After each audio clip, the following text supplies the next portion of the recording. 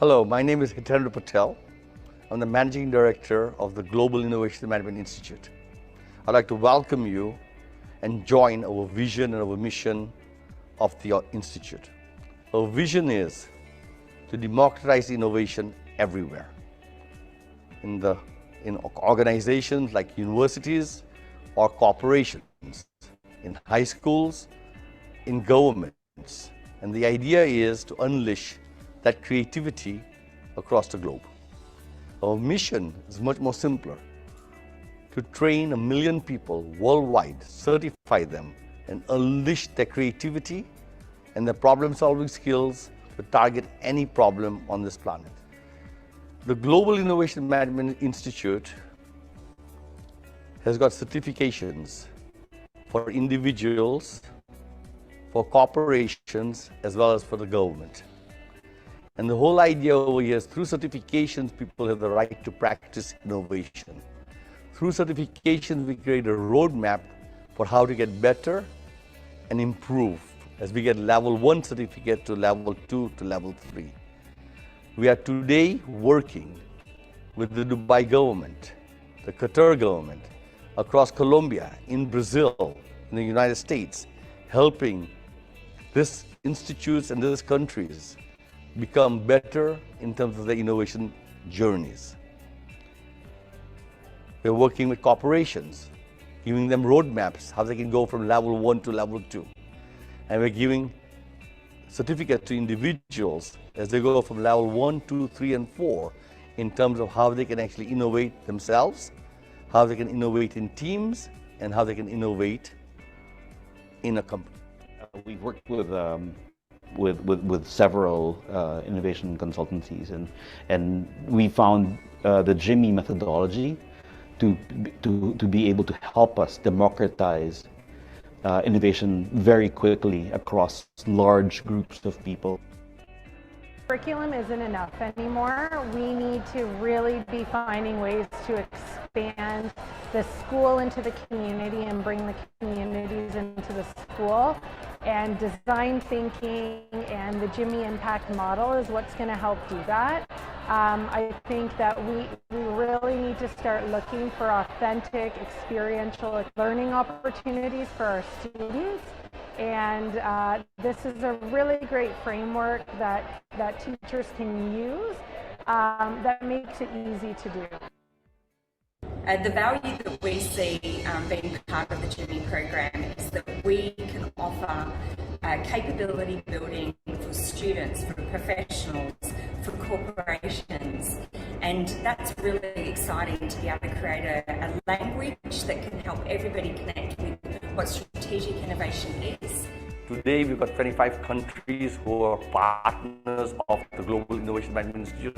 We'd like to see all 195 plus countries become part of this institute. So we are looking for training partners across the globe. We're looking for university partners in every one of those countries so they can be part of our network. And we would like to see companies and corporations around the world all embracing the certification programs of GIMI. And as a result, we can target any problem and we can solve any problem.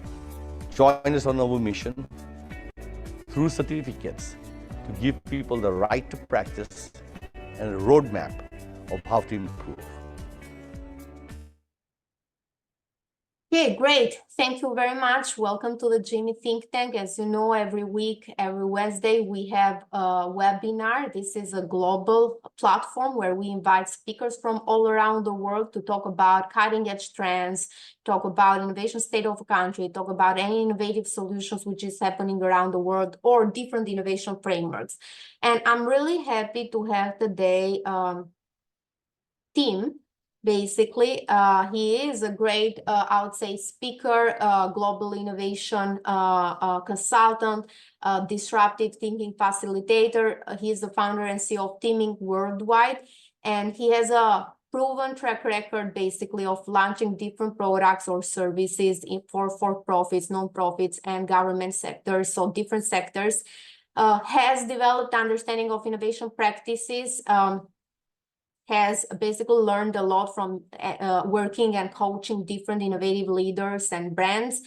beside what he is doing, he has taken another role, which is the president of International Project Management Association, and as well serving as a general chair for organizing the annual Global Research Conference of this organization. Really happy to hear a very interesting topic, which is top 3 reasons why large organization innovation programs underperform. Is provocative, so I'd like to hear more about that. We work a lot with large organizations to embed our, methodology and our processes. So it's very interesting to hear and discuss about this topic. So let me stop sharing, and I'd like to have Tim. Okay. Hi, Tim. So Tim, first of all, please definitely add more. I don't know if I did justice to your bio. So, and I'd like to hear more about how was your first interaction with innovation? How did you start on innovation? Sounds great. Yeah. So thank you, Ariela. Thank you, Vanessa. And thanks to the GIMI Institute. This is really exciting for me. My name is Tim Jaques. I think that I actually, so in my 20s, I was a firefighter and a paramedic, and spent a lot of time saving lives and rushing into burning buildings and things like that. And in that process, I sort of fell in love with training, believe it or not. I loved being a part of the training process and helping younger firefighter recruits to learn what was happening. And so eventually I realized that I was going to actually need to have some sleep in my life, and firefighting is not conducive to that. So I moved out of that world and into the business world. And through training, I jumped into the world of project management, and from project management, became a product manager. And that opened a whole new world for me around how do you create value and how do you drive new thinking and business models and create new ways for customers to do things faster, better, cheaper. So that's really how I entered into this world, Ariela. So let me, if I may, why don't I just, can you see my screen okay here? Yes, we do. Well, why don't I just jump right into this? So with that as a background, I want to, kind of offer up to you, my friends, 3 reasons why innovation programs underperform. And everything I'm going to tell you now is up for debate and discussion. So I look forward to hearing your thoughts and your input as well.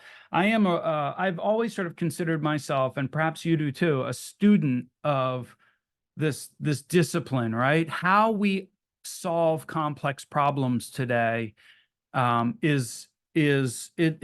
it's different. One of the things that Ariela mentioned in my bio is I'm president of the International Project Management Association for the USA.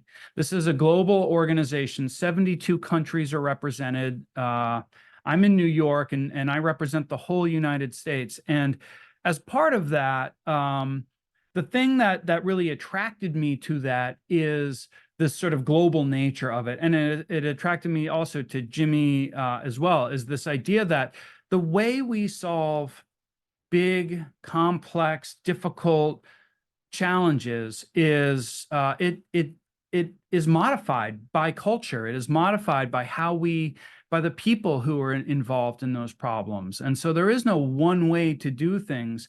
And I really thrive in that environment because I think that there's a lot of richness that comes out of different approaches to solving. So before I go any further, let me ask you all a question here, and please feel free to use the chat. So I'm going to start this and ask you to kind of add to it. When an organization fails to deliver on innovation, it's the consumers who really lose. I've heard this from customers.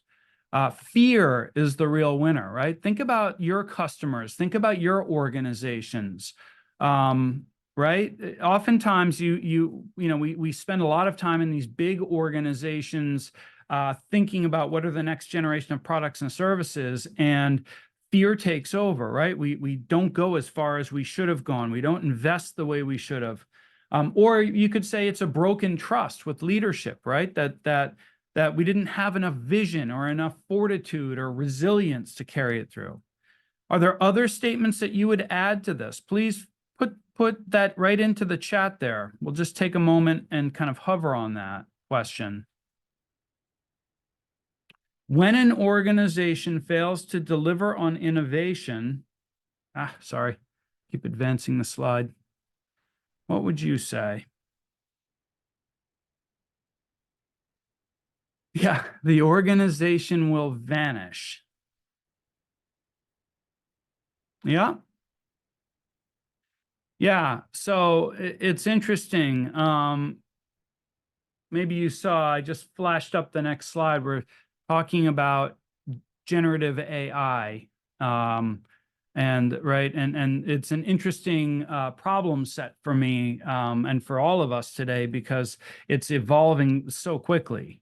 Wanda says personal egos, right?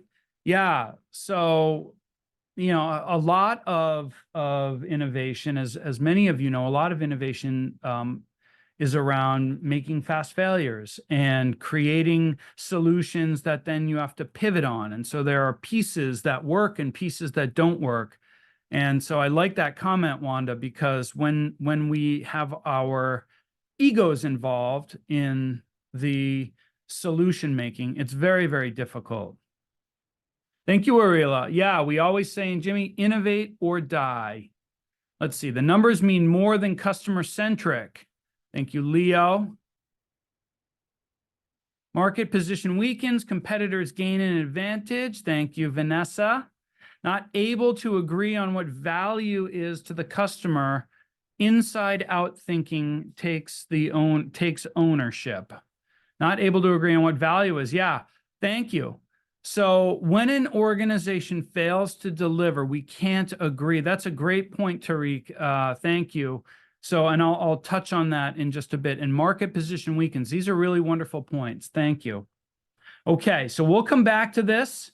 Let me talk for a moment about, because it's, we're surrounded by generative AI. And I wanted to just use this as kind of a case example, right? Is generative AI an advantage right now, right? Like if you don't have a generative AI, large language model as in your development or as a product or service, does that help you? Does that hurt you? What is it? And to me, this is something that I spend a lot of time talking with customers about. And that is that Gen AI is emerging, it's essential, and it's becoming commoditized very quickly, right? The life cycle is moving very, very quickly with this.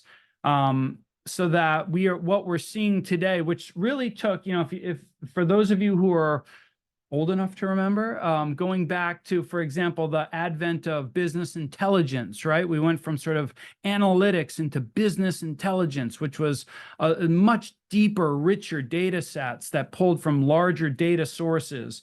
And what we see in that is that life cycle was probably about 24 months. Here we're seeing maybe 12 to 18 months with generative AI. So as with any solution, companies striving for technological, regulatory, market advantage cannot rely on generative AI as a competitive advantage. Those early adopters, those first movers had a slight advantage, but the world catches up quickly now. So the factors that really matter in something like Gen AI include business models, right? How do we deliver better, faster, cheaper value? Insight, how do we create critical intelligence to drive better decision making? Always, right? The model has to do something. It's not just that technology. It can be the technology if we're wrapping additional functionality around that model to create some sort of an advantage. And there are a lot of companies out there today that are doing just that, right? They're customizing their models for specific use cases. And then finally, can that model create and realign the network of players, right? The hierarchy of power within a network. And so those are really the keys here. And you can see some of in this very recently released study by IBM, the biggest barriers to generative AI, 61% of 3,000 CEOs said concerns around data, lineage, or provenance. And it's interesting, in the conference that we ran earlier this year in April, we heard from we had a lot of US federal government employees there. They said all through the conference, concerns about lineage and provenance of data and of the large language model itself is absolutely paramount. Concerns about the security of the data and concerned about regulation and compliance as a result of having these models. So there are some very business-oriented concerns about implementing generative AI, large language models that have nothing to do with the technology. So this is just a particular use case that I wanted to sort of sneak into the conversation a little bit, because it's really gained so much traction over the last year and will continue to. And what I want to discuss with you here for the next few minutes is built really around the intentional innovation process, which is our process that we use at Teaming Worldwide. And it really comprises 3 phases: targeting, design, and launch. So we try to keep it very practical and very simple. And I'm not going to sort of walk you through the whole method, but what I will do is talk about sort of the results of what we've seen from customers as we're going through engagements and what we hear from them. So we know that disruption of the status quo is the new status quo. There are so many companies out there we tend to work with in healthcare, in insurance, in transportation, in education sometimes. In those sectors, these are traditional businesses that are retrofitting, they are bolting on new solutions to their business model, as opposed to inventing new business models, right?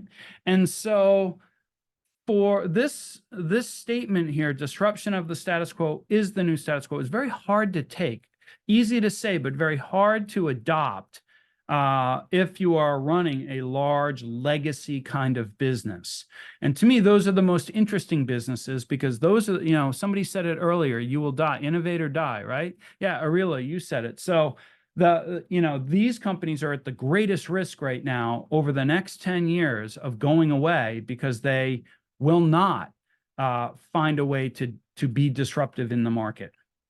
So let's begin here. We will start with sort of the first big factor that we see, and that is lack of innovation clarity. Now, what does that really mean?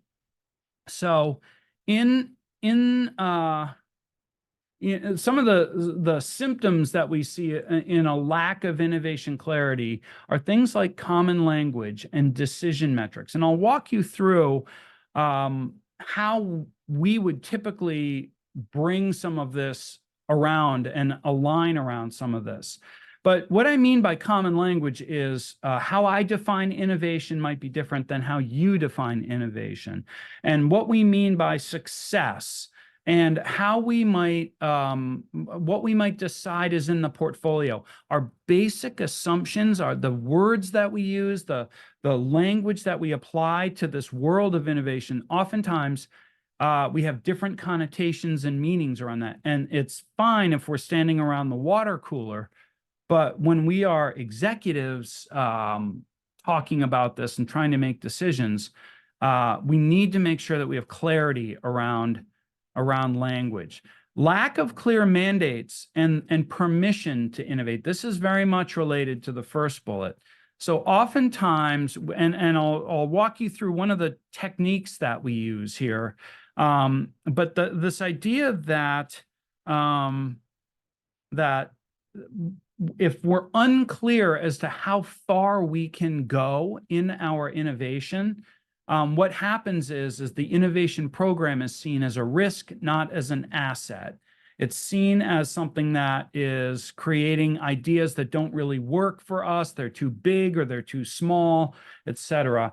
Oftentimes we see, to that third bullet, what we see is companies that strive, and you're going to hear me say this a few times, companies that that go immediately into ideation tend to get ideas that are too small, right? Or companies that go first to their customers and ask their customers for input as to sort of where the innovation should happen.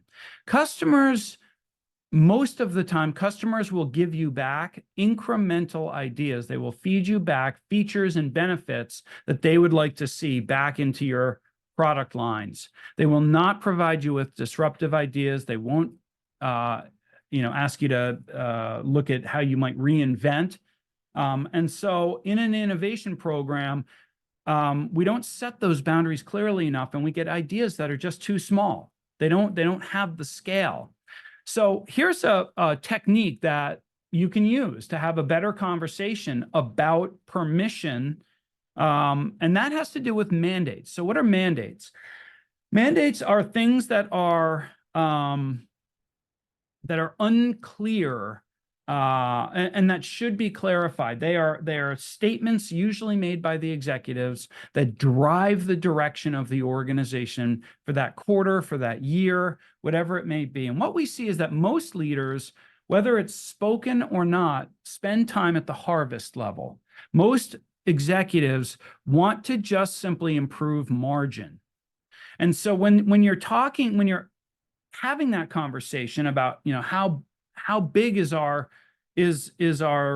impact going to be in this next year, oftentimes it starts at that margin level, right? How do we create more profit? How do we strip out cost? How do we create more efficiency? And so the commitment there, the leadership commitment, if you will, is to harvesting what we have. Fewer, but some leaders will strive to make real improvements, right? They want to make a bigger impact, and so they will go at the product and service layer and start to redesign and talk at that layer. Again, fewer, but some leaders will want to be transformative, and so they will really look to how can we disrupt at the category or at the industry level. I'm sorry, at the business level, right? How can we really turn things around? I would classify all of these as not disruptive.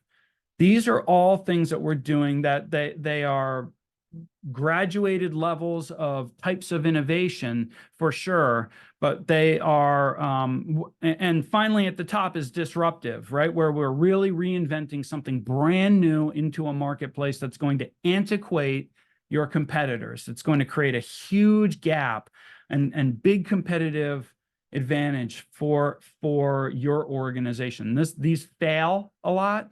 These are in the realm of the startup or the R&D shop. So this is a very interesting place to play.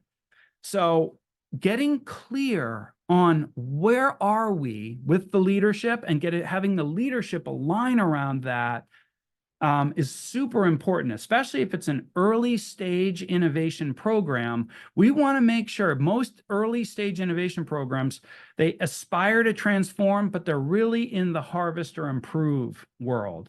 And getting clear on that is very, very important. Why? Because we want to create big ideas, of course. We want to have a place for big ideas, but we also want to make them work. Okay, so I have another question for you all. Get ready with your chat. Here it is. Innovation is staying relevant to our customers, discovering a new business truth, optimism and risk rolled into one. I've heard these things. Yeah? What else is innovation to you? Come on, you guys are experts. Let's see what you got here.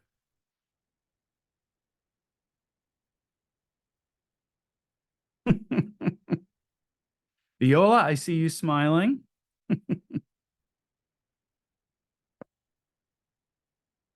So, innovation is staying relevant, is solving problems. Yeah, solving real problems, right? discovering a new truth. I love this definition. You know, creating a business model really is about uncovering better ways to resonate with our customers, right? Let's see, staying relevant to our customers. That's great.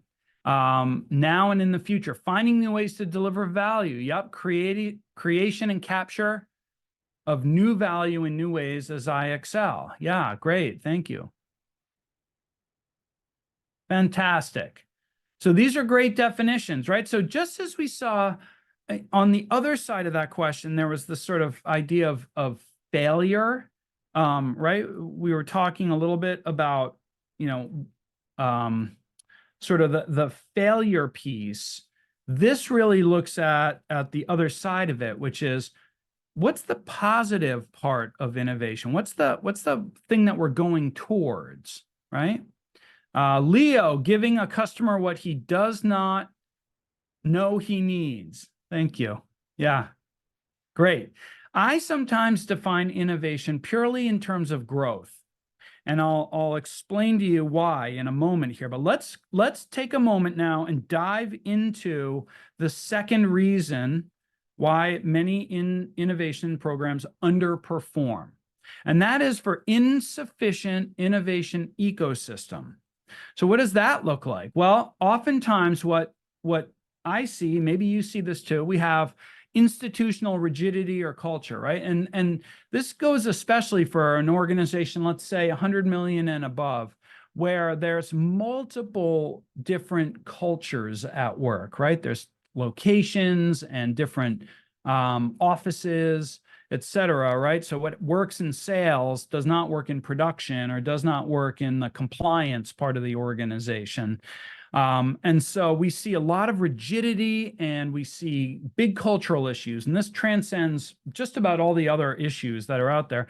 We see regulatory roadblocks. We see things like technical debt that hinder innovation, right? We're so invested in this manufacturing system that's 20 years old that we can't possibly adopt new business models because it would break that system.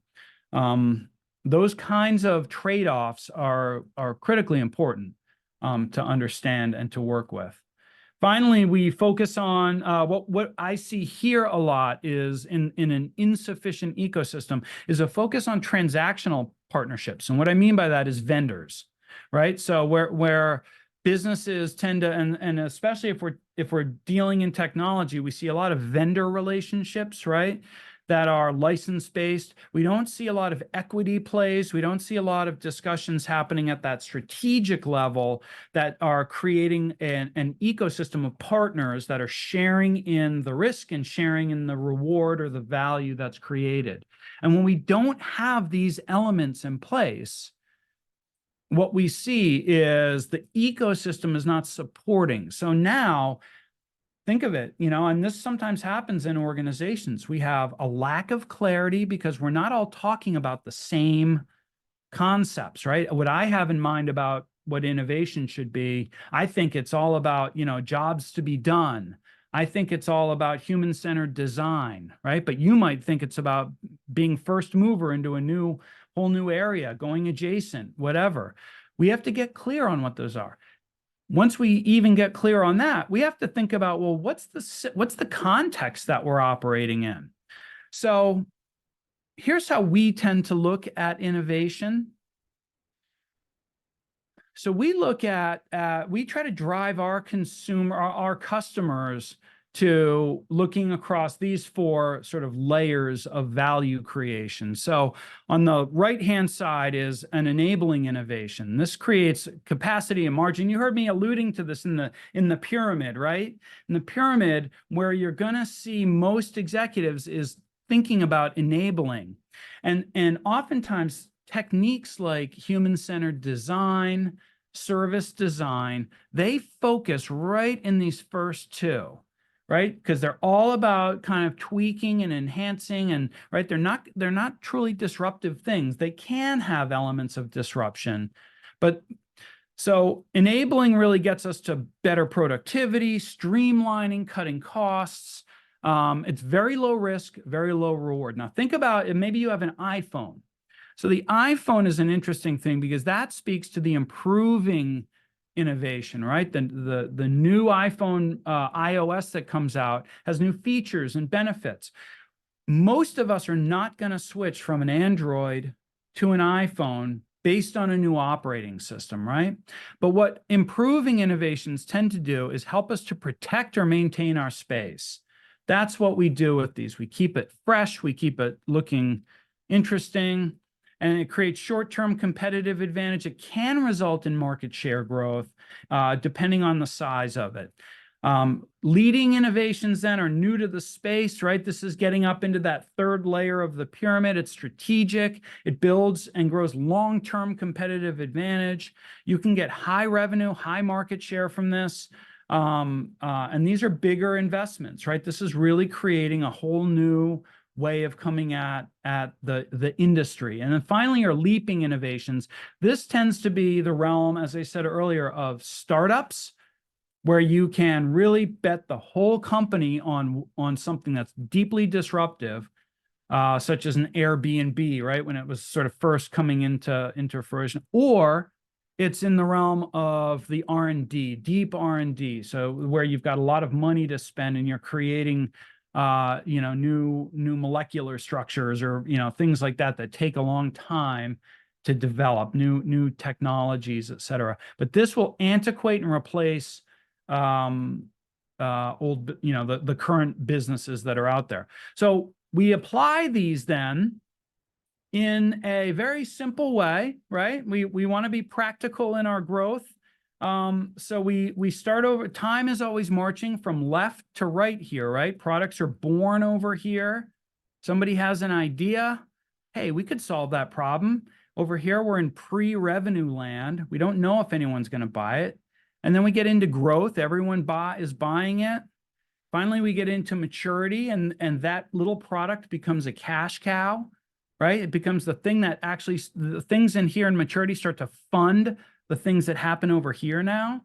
And then eventually they come over here and they go to declining growth.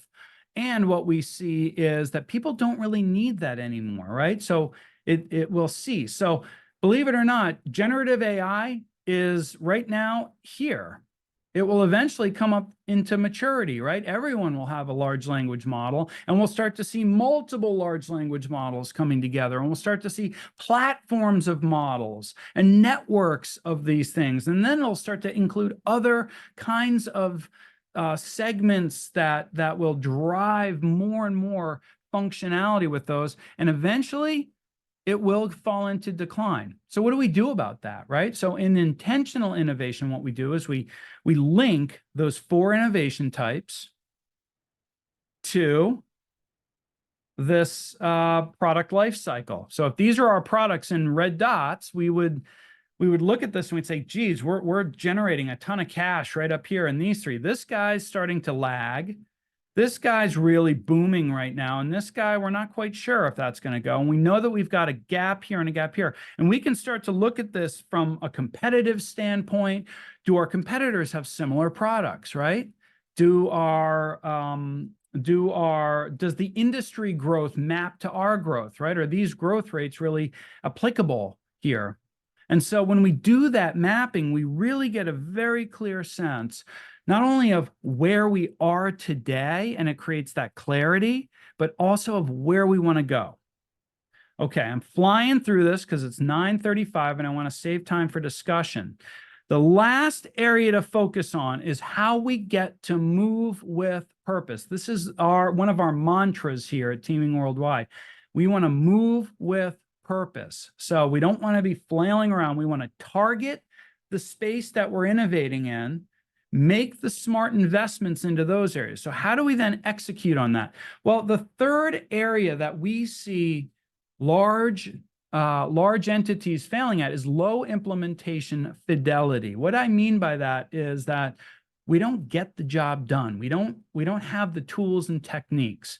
This third area is very, very important. It's what we see. Earlier I talked about ideas are too small. And oftentimes that happens over here where we focus on ideation too early. I've seen companies that start their innovation journey with crowdsourcing of ideas, which to me is the worst place you can start from. Crowdsourcing ideas gets you very small ideas typically, creates too many ideas to process a lot of times, and creates can create a bad vibe with all those people who submitted their ideas. As opposed to really thinking through, where do we target? Where are we going to with this? Now that we've got sort of our space carved out, we can get deeply creative in that space. We also see a misalignment of mindset and skill set, and inadequate funding strategies and commitments. So our expectations around how much this is going to cost and where we start to see return on that investment, all those very difficult conversations need to happen. So what we sort of promise to our customers is we will multiply your implementation rate 3 times by doing that mapping and beginning with this concept of a future state. Now, future state is a big concept. It's a big concept that says this is where the world is going in the future. Now, we're going to back into that starting here with launch 1. And we're going to do a series of launches.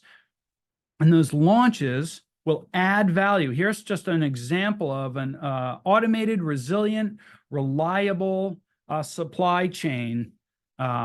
Right? So this is, how do we create a integrated, resilient supply chain? So what we would do then is to say every single launch is a pivot point, and every single launch has a new value proposition, has products and services that we add to that, has technology, launch essentials, etc.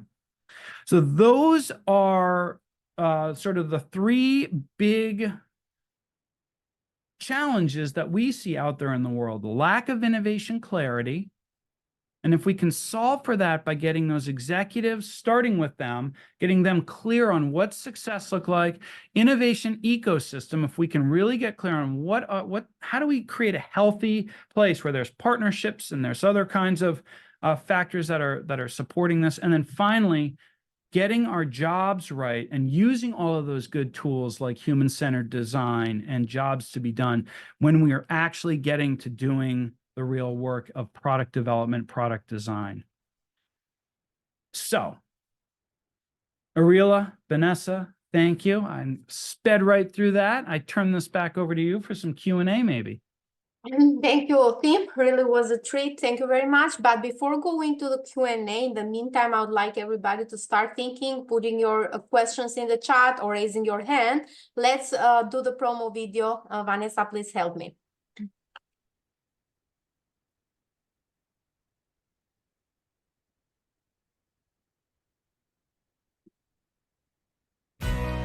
Join the world's largest community of innovation professionals.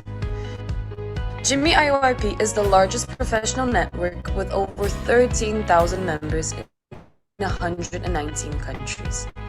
GIMI IOIP is also the leading certifying body in innovation management, offering a broad portfolio of programs to jumpstart and enhance innovation capabilities. Additionally, GIMI IOIP is a preeminent thought leader, publishing the International Journal of Innovation and Science, numerous books, and hosting the GIMI Think Tank platform. We wanted an organization that took a very process-oriented approach to innovation. I guess because we're a university, we weren't only interested in, hey, how do you make a new product? I mean, that's fine. We're also interested in the science behind innovation, because if we understand that, then we can go teach others how to be innovators. Here's an overview of all GIMI IOIP membership packages.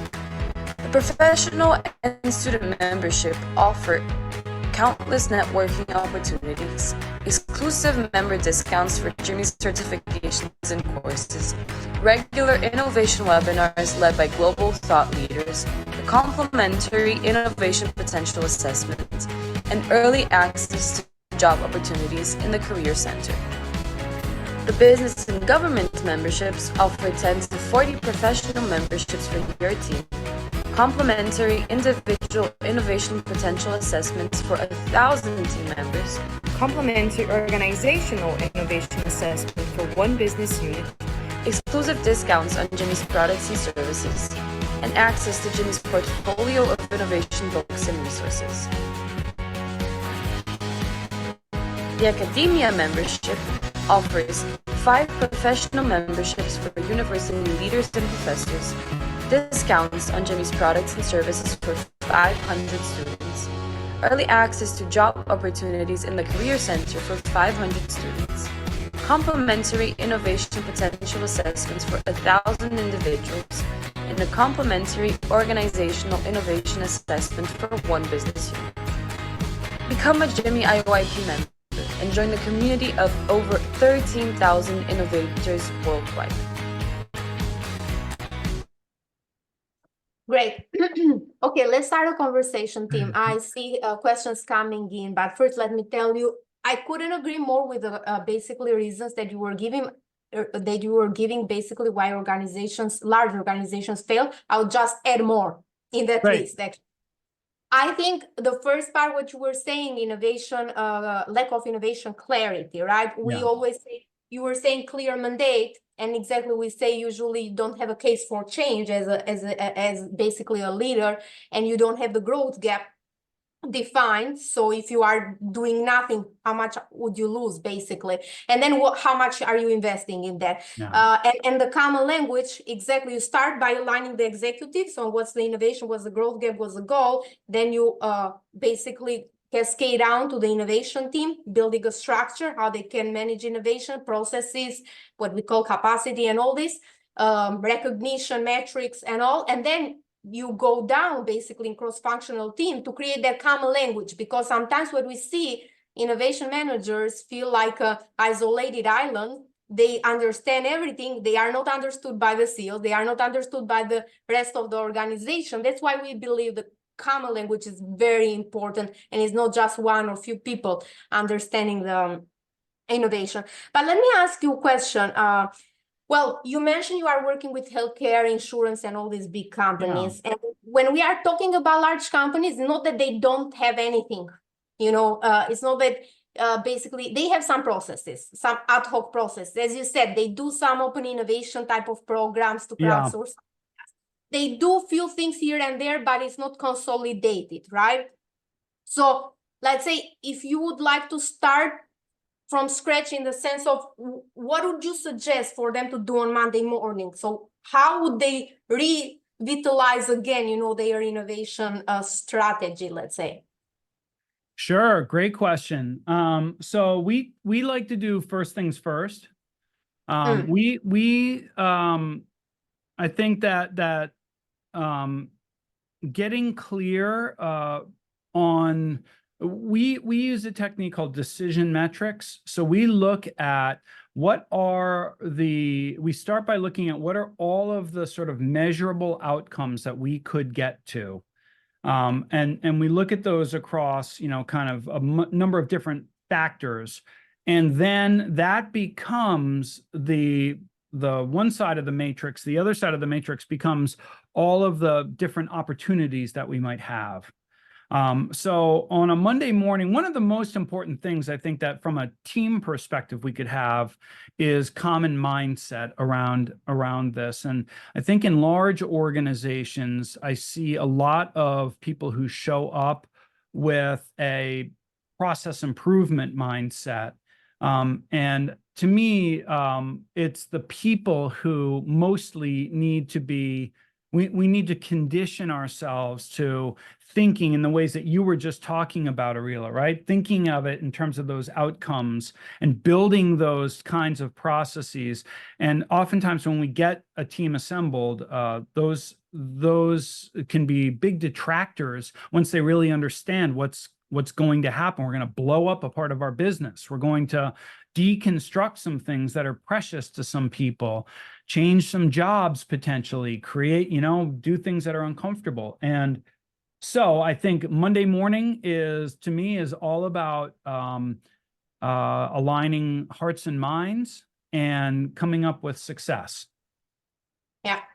Thank you, Tim. I have other questions, but let me continue with the questions from the chat, so I'm not undermining it. I see Lucia asking the future-proofing approach fits here. I don't know, Lucia, do you want to explain more on the question, or is it okay for you, Tim? Yes, thank you, Arila. I'm involved in this concept of future-proof economies. Since I work with Pearson, the UK the company with different solutions, and they are trying to address this concept to make economies or governments or business or campus, the academia and all, to really become institutions and organizations that are with this approach of becoming future-proof organizations. Yeah. So when you were mentioning about the future concept and so on, so I was thinking that it makes a lot of sense with this concept. That's a great point, Lucia. Thank you. To me, future-proofing is risky thinking. It's very powerful to kind of think about it in those terms, but also it can, it's like seeking shelter in a storm in a way, right? Like I think that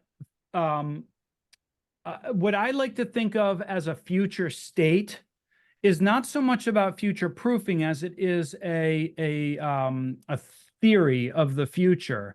We believe when we build this building that people are going to use the building in these ways. And so we're going to create some new materials and some new ways for people to interact that haven't been there before. And we're going to test that on the first launch. And then we're going to pivot on that as we continue to build. And that future state may change over time. And I see this in, for example, digital health is one area right now that every healthcare institution is very concerned about spending a lot of money in how do we engage people both on the front end, the consumer, and how do we integrate in all of these new AI-driven technologies in radiology, in cancer care, et cetera. And so I'm not a big believer in this concept of future proofing. I rather us come into this with the idea that everything is a theory that we are positing, ready to be pivoted, and that we're always ready to sort of stick with what works and move from what isn't working. Well, thank you so much. Yeah. Thank you. Let me go to another question that Larissa is asking, which is very interesting. I would say basically she's saying, okay, if these big pharmaceutical companies or insurance companies, and we had some cases as clients, are leading industries with their ad hoc processes, not a consolidated system, basically. How do these ad hoc processes keep them at the forefront of the competition, despite not having, like a system? How do we keep them at the forefront of competition despite a lack of innovative systems? Because we see these insurance companies, they are making a lot of money. Which in healthcare, the same thing. And when you dig deeper, when you go and like audit their companies, innovation, it's not there. Like few processes. So it's the big question because we don't need innovation. We are doing very well, like in the situation we are. Yeah, I mean, I think that those are industries that are going to be disrupted soon, right? Yeah. For sure, insurance is a big one right now, where how we handle risk. And there are, of course, many different kinds of insurance, but I think that and in pharmaceutical as well, those are there are such huge barriers to entry into those areas.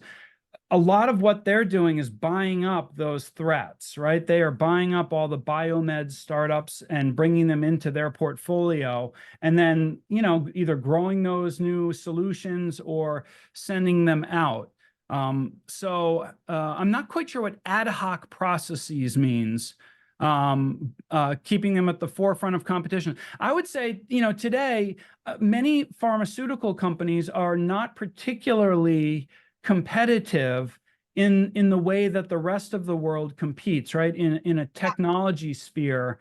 And maybe it's true for insurance as well, but there's just the gap to overcome in order to be a competitive player in those spaces is too great. And those companies are, what they're really good at is doing, is growing and absorbing in those competitive startups.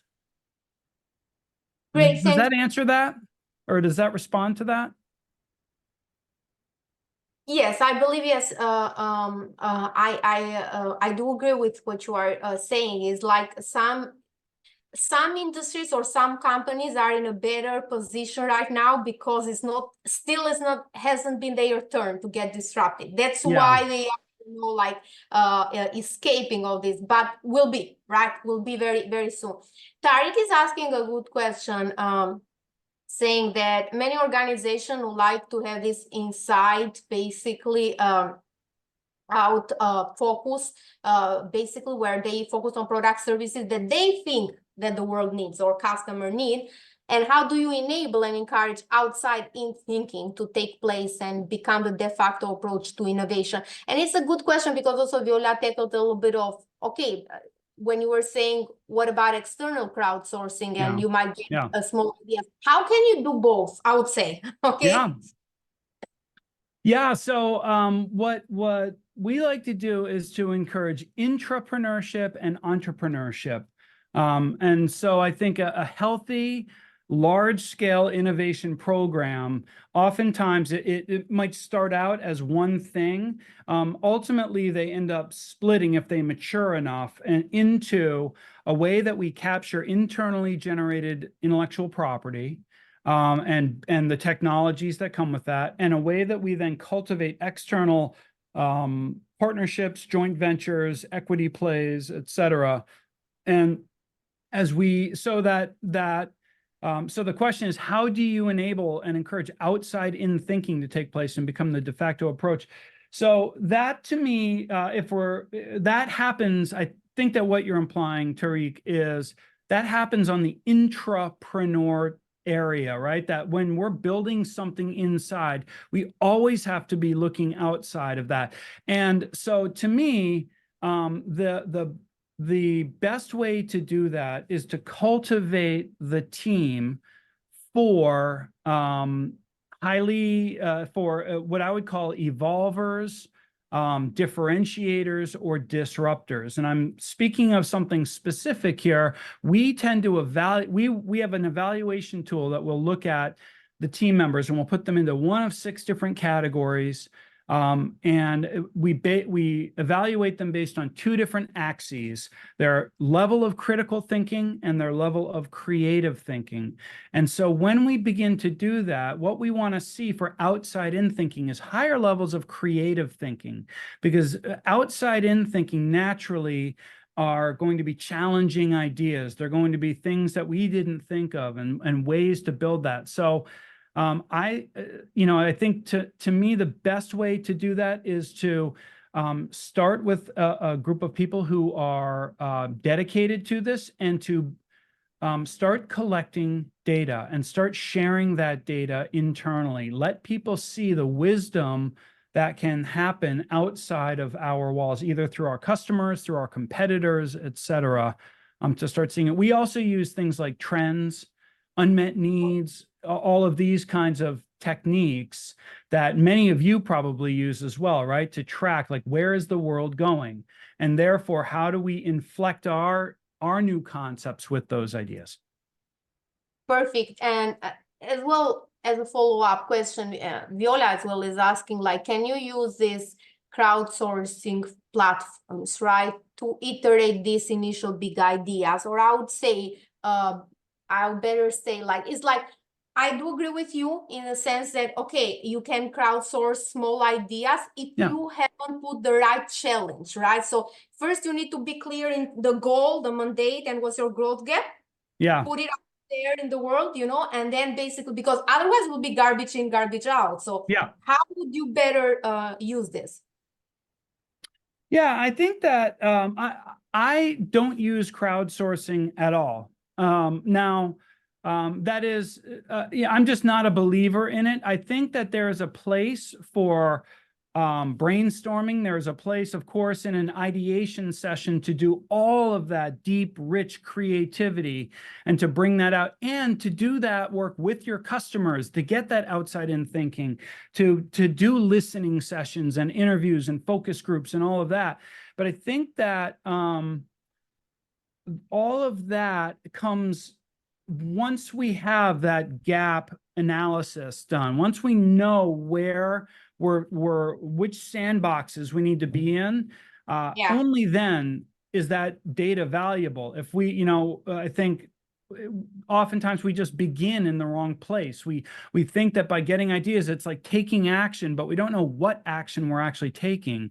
And so I personally think that crowdsourcing it can be fun. It takes up time. It keeps us busy, but I have not yet seen a place where I'll say it like this. It's rare that it comes up with a really great solution that is something that's transformative for the organization. Yeah. So we are, I mean, at GIMI, we are not that radical in the sense that we don't believe in external outsourcing. Yeah. Biggest in open innovation programs, but totally agree with you that first you need to understand what's the goal, what's the growth gap, totally aligned on that, and know what you are asking for, not just let's outsource some ideas. I'll ask one question only because we are running out of time, and then I'll leave last words to you. Leandro is asking, which of the 3 symptoms from the main 3 pillars that you shared is the most important, and where to start to not having them and end up with concrete results? Sort of you responded earlier, but let's hear. Okay, very quickly. The first one is I think the most important. Without the first one, you don't get to the second one or the third one. So it really, mindset is everything.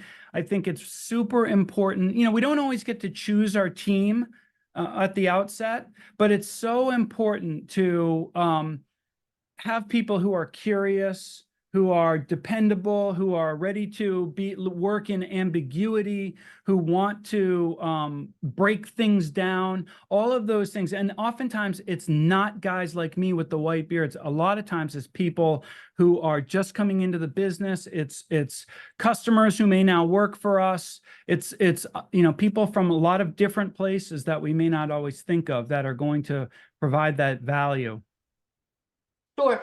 And Tim, I would like to, usually we get a sneak peek of the whole webinar to people, usually this new generation who doesn't have a long attention span and would like to understand everything that was said in 1 hour. So what's the last takeaway that you have for large organizations, what they should do? Sure. For large system innovation to work, I think organizations should begin by focusing on clarifying the goals and language around innovation, and they should work quickly then to design the ecosystem and the pillars of that ecosystem to mirror that vision for the future, and then finally to create processes that will help them to rapidly implement and do fast pivots. Great. Thank you very much, Tim. We would like to bring this webinar to the end. So thank you very much for being here. See you next week.